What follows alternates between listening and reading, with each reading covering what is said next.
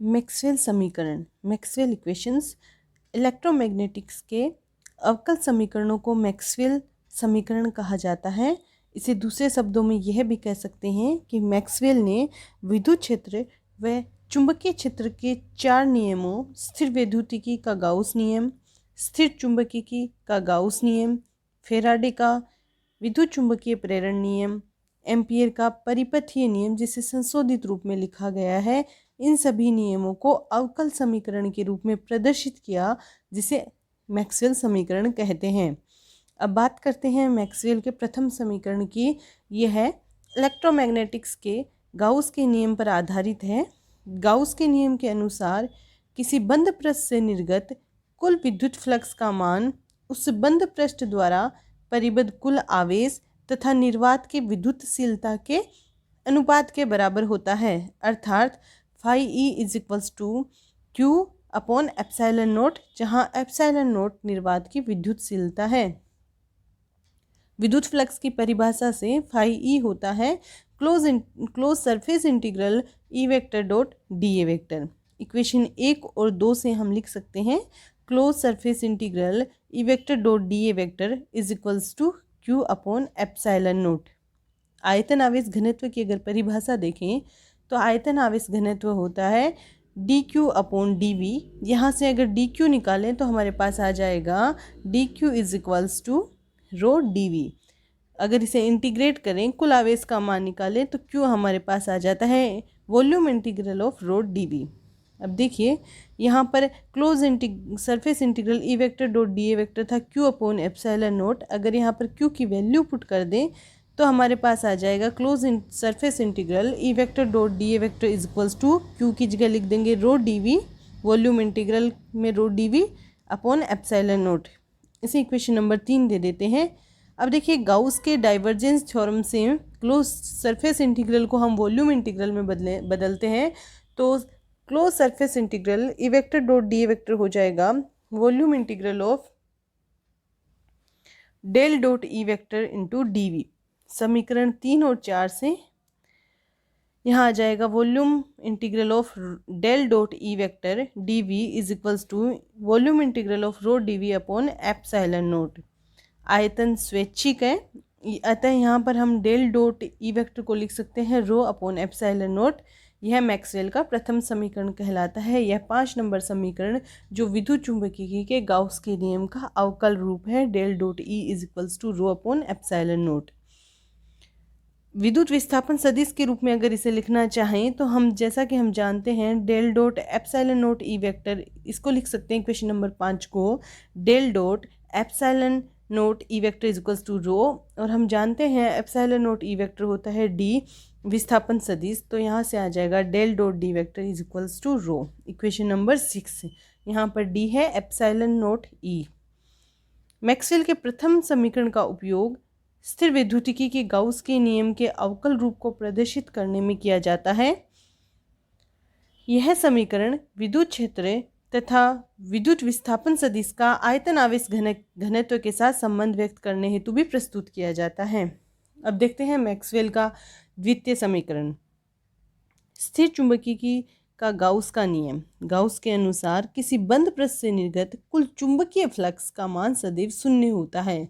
यहाँ पर क्या चुंबकीय फ्लक्स का मान शून्य है, तो फाई एम मैग्नेटिक फ्लक्स को हम फाई एम से डिनोट कर रहे हैं, वो होता है इक्वल्स टू 0। और विद्युत फ्लक्स था E vector dot D A vector, वैसे ही चुंबकीय फ्लक्स हो जाएगा surface integral B vector dot D A vector close integration is equals to 0।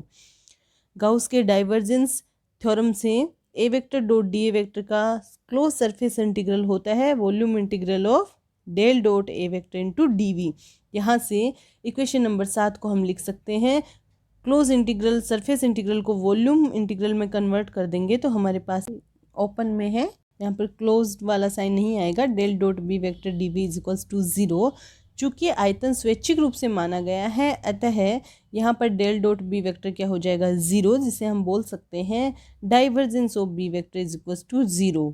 अगर इसे चुंबकन क्षेत्र के पदों में लिखा जाए तो बी वेक्टर होता है म्यू नोट एच वेक्टर, तो यहाँ से ये हो जाएगा del dot H vector is equals to 0, divergence of H is equals to 0। समीकरण 9 मैक्सवेल का द्वितीय समीकरण कहलाता है। और अगर बात करेंगे मैक्सवेल के द्वितीय समीकरण की उपयोगिता क्या है, तो मैक्सवेल का द्वितीय समीकरण विद्युत चुंबकीय के गाउस नियम के अवकल रूप को प्रदर्शित करता है।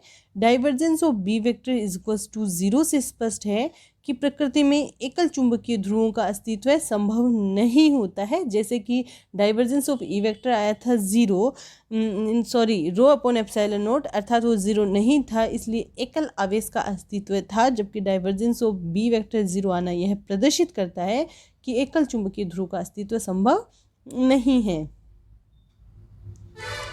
अब देखते हैं मैक्सवेल का तृतीय समीकरण, जिसे फैराडे का विद्युत चुंबकीय प्रेरण नियम पर आधारित है। यह है फैराडे के अनुसार किसी बंद परिपथ से संबद्ध चुंबकीय फ्लक्स के मान में परिवर्तन होने पर परिपथ में प्रेरित विद्युत वाहक बल उत्पन्न होता है, जिसका मान चुंबकीय फ्लक्स में परिवर्तन की दर के समानुपाती होता है, अर्थात E is equals to d∅/dt। परंतु इसकी दिशा सदैव इस प्रकार की होती है कि वह इसकी उत्पत्ति के कारणों का विरोध करती है, अर्थात यहाँ पर एक माइनस साइन भी आएगा, तो E हो जाएगा -d∅b/dt।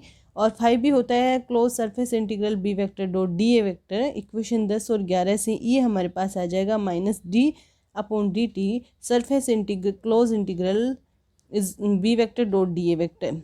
चूंकि किसी बंद परिपथ के अनुदिश एकांक धनावेश को ले जाने में किया गया कार्य प्रेरित विद्युत वाहक बल के बराबर होता है, इसलिए E को कैपिटल E वेक्टर के फॉर्म में लिखा जा सकता है। तो E इज इक्वल्स टू होता है विद्युत वाहक बल close line integral E vector dot D L vector. Equation 12 और 13 में E की वैल्यू पुट कर देंगे 12 में 13 नंबर इक्वेशन से, तो हमारे पास आ जाएगा close line integral E vector dot D L vector is equals to -d/dt close surface integral B vector dot D A vector.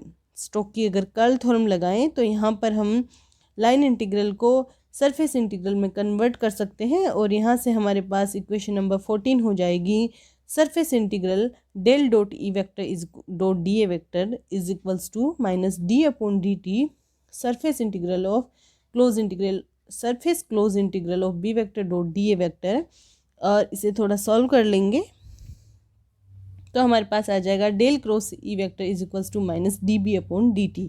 Equation number 16। चुंबकन क्षेत्र के पदों में लिखना चाहें तो बी वेक्टर को लिख सकते हैं म्यू नॉट एच वेक्टर। तो यह समीकरण मैक्सवेल का तृतीय समीकरण है। समीकरण 16 फैराडे के विद्युत चुंबकीय प्रेरण के अवकल रूप को प्रदर्शित करता है। चुंबकीय क्षेत्र के समय के साथ परिवर्तन को विद्युत क्षेत्र के कर्ल से संबंध स्थापित करने हेतु भी मैक्सवेल के तृतीय समीकरण को उपयोग में लिया जाता है। तो यह है मैक्सवेल के तृतीय समीकरण की उपयोगिता। अब देखते हैं मैक्सवेल का चतुर्थ समीकरण, जो एम्पियर के परिपथीय नियम पर आधारित है। एम्पियर के परिपथीय नियम के संशोधित कथन के अनुसार किसी बंद पथ के अनुदिश चुंबकीय क्षेत्र के रेखा समाकल का मान बंद पथ द्वारा परिबद्ध क्षेत्रफल से गुजरने वाली धाराओं, चालन धारा और विस्थापन धारा दोनों हो सकती हैं, के बीजीय योग के म्यू नॉट गुणे के बराबर होता है। यह एम्पियर के संशोधन के बाद का है, अर्थात close line integral B vector dot D L vector is equals to mu naught I C plus I D. Close line integral B vector dot D L vector is equals to mu naught surface integral of J vector plus J D vector dot D A vector. तो यहाँ से Stoke के curl प्रमेय से close line integral B vector dot D L vector is equals to हो जाएगा surface close integral del cross B vector dot D A vector. Equation 17 और 18 से हमारे पास आ जाएगा close surface integral del cross B vector dot D A vector is equals to mu naught surface integral close surface integral J vector plus J D vector dot D A vector. यहाँ J चालन धारा घनत्व है और जे D vector विस्थापन धारा घनत्व है। अगर हम बी को म्यू नॉट एच वेक्टर लिखें तो यहाँ पर हमें पहले इक्वेशन मिलती है del cross B vector is equals to mu naught J vector plus J D vector. अगर बी वेक्टर को हम लिखें म्यू नॉट एच वेक्टर तो म्यू नॉट से म्यू नॉट कैंसिल हो जाएगा, और चुंबकन क्षेत्र के पदों में हमारे पास मैक्सवेल की चतुर्थ समीकरण आ जाएगी del cross H vector is equals to चालन धारा घनत्व प्लस विस्थापन धारा घनत्व। यह मैक्सवेल का चतुर्थ समीकरण कहलाता है। अगर इसकी उपयोगिता की बात करें तो यह समीकरण एम्पियर के संशोधन नियम को प्रदर्शित करता है। चतुर्थ समीकरण के अनुसार लोहे चुंबकीय पदार्थ उपस्थित नहीं होनी चाहिए। निर्वात में ये उपस्थित नहीं होते हैं। तो ये थे मैक्सवेल के 4 समीकरण।